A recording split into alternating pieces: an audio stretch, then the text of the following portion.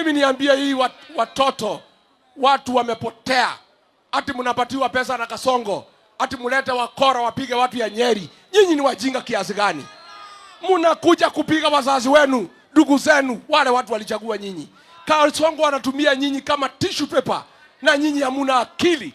Ate mnaweza pewa pesa mulete hapa kupiga watu ya nyumbani, na hao ndio walimchagua. Ni ujinga si ujinga? Ni olimokati olimo. Ni olimokati olimo. Nani aliua watoto ya Gen Z? Nani aliua watoto ya Gen Z? Sasa nimesikia akisema ati maneno ya watoto wa Kenya isiingiliwe. Wewe William Ruto unaweza ongea mambo ya watoto? Pale 2007 ulichoma watoto wetu kanisani pale Kenya. Umeua watoto wa Gen Z. Wewe usiongee mambo ya watoto. Umepigana na watoto wetu. Gen Z mbo.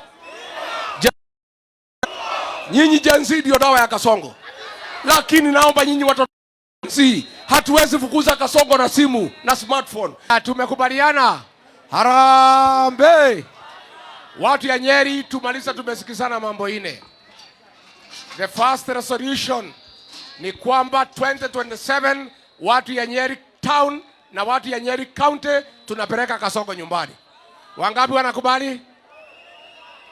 Number 2, tumekubaliana wasaliti wote wa jamii yetu, wale walitusaliti na kusaliti watu wetu hapa Nyeri, wataenda nyumbani na Kasongo. Wacha nione.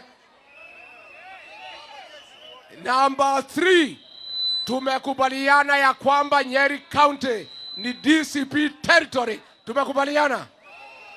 Number 4, tutakuwa na free and fair nomination. Watu watapigania tikiti wa DCP mpaka hao majenzi.